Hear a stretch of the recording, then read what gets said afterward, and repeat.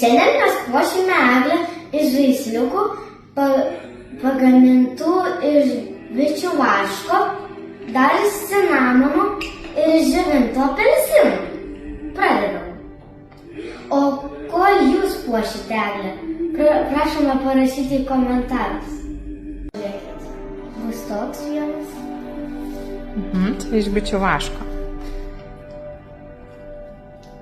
Iš bičių vaško galima iš sojų vaško išsilieti, jie kvepia medum ir labai ilgai laikosi. Turiu net 4 metus išsilaikiusiu. Dabar Meta puošia su apelsinu.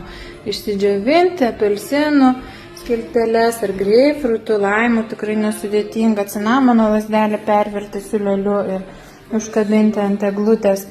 Na ir dabar stebėkit, kaip visa eglutė greitai bus papuošta. Pilnas stalas žaisliukų iš bičių vaško, sojų vaškas taip pat tinka, pernai puošiau eglę ir įvairios dekoracijos natūralios. Eglutė jau papuošta ir dabar metas dovanos.